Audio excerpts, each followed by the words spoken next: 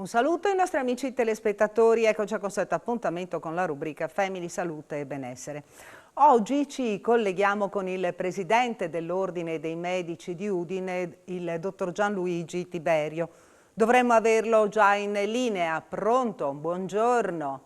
Buongiorno, dottor Buongiorno, Tiberio. a voi, a voi tutti. Come sta, dottor Tiberio? Tutto bene?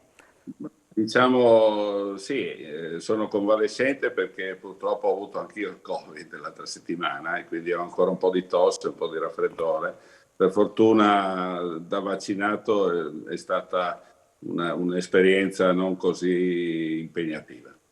Ah, quindi in 2 anni è andato tutto bene e adesso in questo periodo...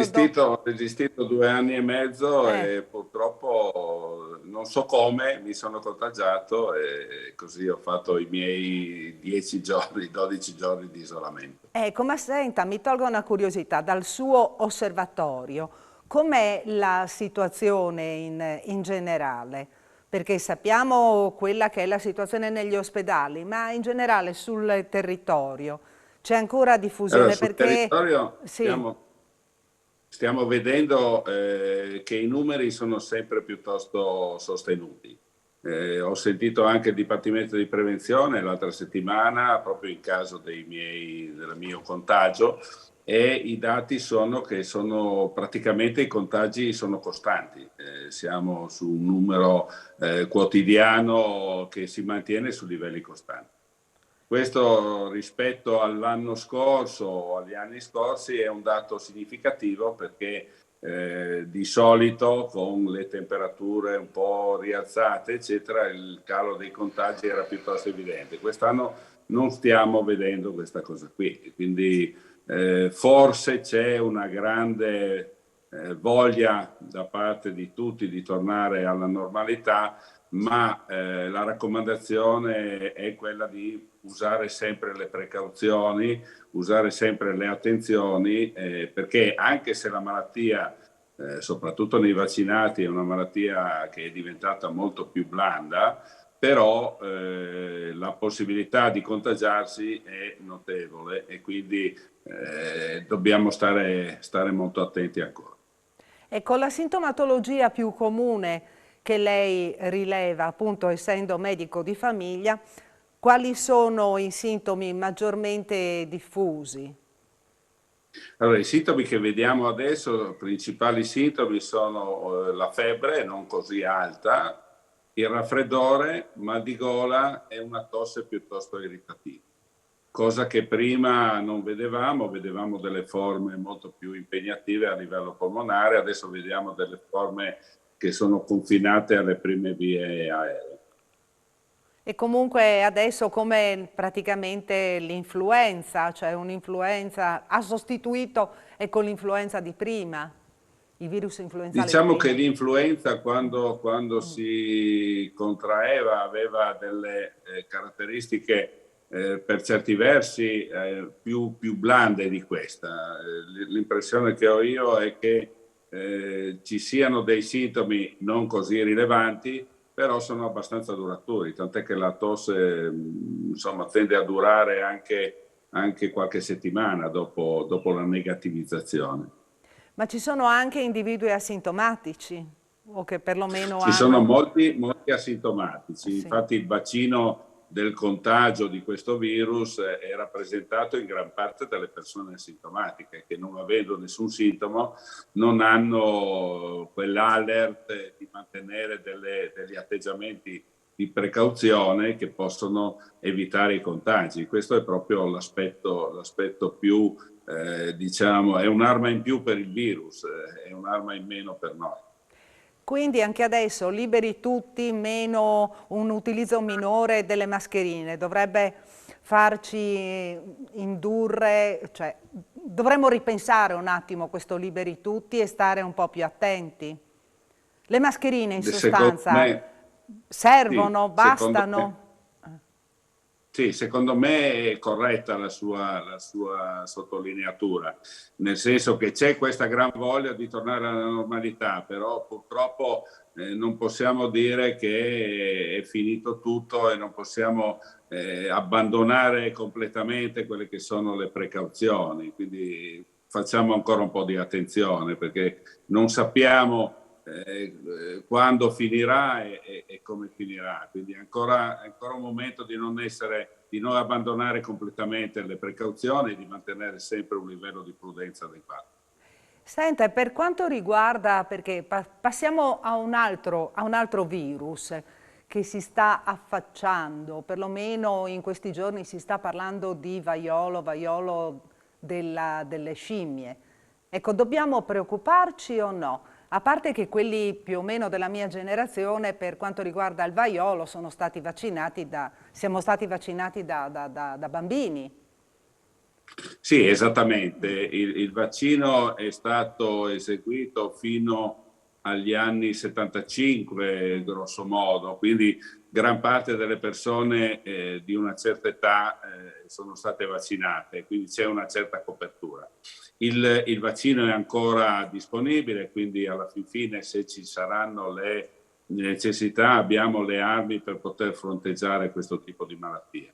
Allo stato attuale la situazione è abbastanza, diciamo, confortante, non ci sono degli allarmi, quindi non dobbiamo preoccuparci oltre misura. Sicuramente dobbiamo mettere in atto quelle che sono le procedure di prevenzione a livello delle strutture sanitarie che possano in qualche maniera arginare l'eventuale possibilità di contagi.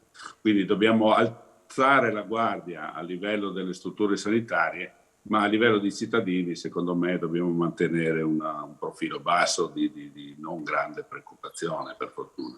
Ma per chi viaggia, perché adesso c'è voglia di ritornare appunto alla normalità, si torna a viaggiare. Per chi viaggia e va in paesi dove praticamente il vaiolo era endemico ed è tuttora endemico. È il caso di premunirsi e di vaccinarsi prima di andare in quei posti, in quei paesi, Ma informarsi se non altro della situazione? per adesso l'indicazione non è questa, per adesso le indicazioni di attenzione sono per i centri sanitari, per le strutture sanitarie, mantenere alta la guardia per arginare i contagi e quindi evitare la diffusione. Quindi non è il cittadino che deve farsi parte attiva, sono le strutture sanitarie che devono sorvegliare la situazione. Senta, dottor Tiberio, parliamo anche di nuove indicazioni per quanto riguarda l'accesso alla facoltà di medicina, perché adesso, cioè, perlomeno è da diverso tempo che si sta dicendo che c'è carenza di personale sanitario, che mancano i medici, soprattutto per quanto riguarda alcune specializzazioni, manca il numero necessario di persone. Secondo lei è indispensabile cambiare anche il sistema, come ha detto il Ministro, cambiare il sistema anche di accesso alla facoltà di medicina? Allora, quello è un aspetto, non credo che sia quello fondamentale per arginare il problema della carenza di medici e di personale in genere che ci troveremo ad affrontare nei prossimi anni. Il problema della carenza nasce da una situazione che noi avevamo denunciato già molti anni fa, si parla di più di 10 anni fa. Sapevamo che andavamo incontro a quella che viene chiamata la gobba pensionistica e ci stiamo approntando a passare il grosso del pensionamento che avverrà fra 3, 4, 5 anni. Quindi i primi segnali di carenza di medici lo abbiamo già avuto. Quello che avverrà fra qualche anno sarà ancora molto più rilevante. Quindi il problema lo sapevamo e forse stiamo affrontandolo o stiamo cercando di affrontarlo con un certo ritardo. I tempi che ci sono ancora sufficienti a mettere in atto quelle che possono essere le misure di affrontare questo problema in maniera adeguata. però non possiamo più permetterci di perdere tempo, dobbiamo darci da fare, dobbiamo mettere in atto subito le misure. Noi sappiamo che per formare un medico e formare un medico che possa entrare nel Servizio Sanitario Nazionale ci vogliono dai 7, 8, 10 anni o più. Quindi non è che adesso, cambiando l'accesso alle facoltà, possiamo affrontare un problema che ci troveremo in maniera devastante fra 4 o 5 anni. Quindi quello che dobbiamo fare è invece lavorare sui giovani colleghi che si approcciano ad arrivare alla professione e quindi snellire quelle che sono le procedure di entrata nel mondo del lavoro. Ah, quindi lei dice che praticamente il problema è soprattutto lì, quindi non ampliando il numero di iscritti alla facoltà di medicina, che praticamente non sia risolutivo. Allora, il numero degli iscritti alle facoltà di medicina è un numero direi sufficiente, che è stato calcolato su dei parametri che vanno a coprire quelle che sono le diciamo necessità future. Quello che è mancato è il numero dei formati che potevano entrare, quindi di laureati che potevano entrare nelle scuole di specialità. È successo che per anni abbiamo avuto un numero di laureati superiore, ma anche di numeri piuttosto rilevanti, quindi di qualche migliaio di colleghi, che non ha potuto accedere alle scuole di specialità e quindi di fatto abbiamo dei laureati che non sono specializzati, che non sono formati, che non hanno terminato il percorso formativo proprio per mancanza di adire a quelle che sono le scuole di specialità o le scuole di specialità in medicina generale. Quindi la programmazione per quanto riguarda i laureati c'è stata, ma è mancato la possibilità di formarli in maniera adeguata per poter poi entrare nel Servizio Sanitario Nazionale. Qualcosa si è fatto l'anno scorso perché le borse di studio dell'anno scorso sono praticamente raddoppiate e quindi diciamo che questo ha rappresentato una situazione di poter dare un certo tipo di risposta.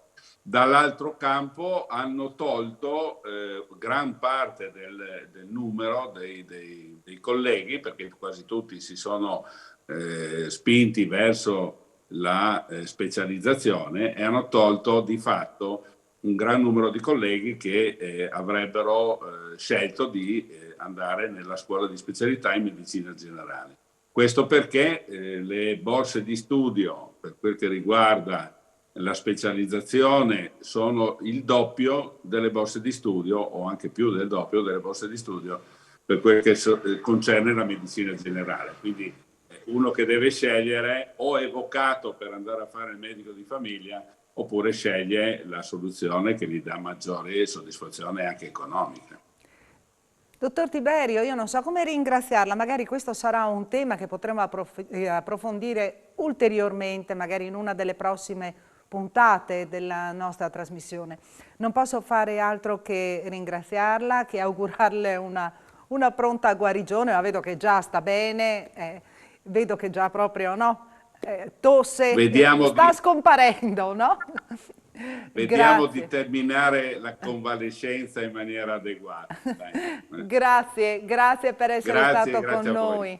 Alla prossima, arrivederci e ringraziamo anche i nostri amici telespettatori. Noi ci ritorniamo a vedere presto con un'altra puntata di salute e benessere. Arrivederci.